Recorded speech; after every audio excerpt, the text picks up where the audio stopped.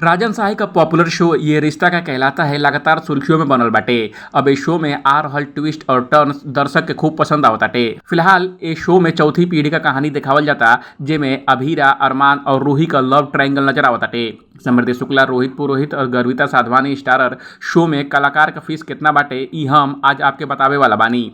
जानी कि कौन सबसे ज्यादा और कौन सबसे कम चार्ज करे ना।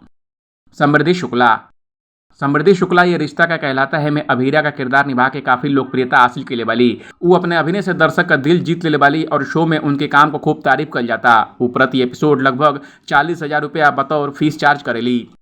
रोहित पुरोहित जवन अरमान के रूप में शहजादा धामी के रिप्लेस के रहना शो में अपने डेब्यू के बाद से दर्शक के खूब पसंद आवता ना।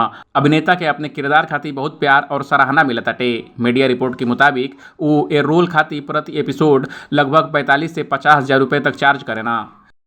गर्विता साधवानी जवन प्रतीक्षा होनुखे के रिप्लेस कर रही और रूही बन के दर्शक के दिल के जीतत अली। वो भी सब पर अपन गहरी छाप छोड़त अली। बतावल जाला कि वो प्रति एपिसोड लगभग 25 से 30,000 रुपये कमाली।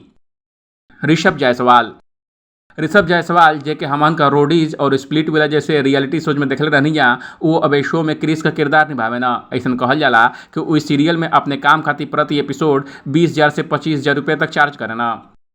अनीता राज जानल मानल अभिनेत्री अनीता राज भी डेली शो का हिस्सा है।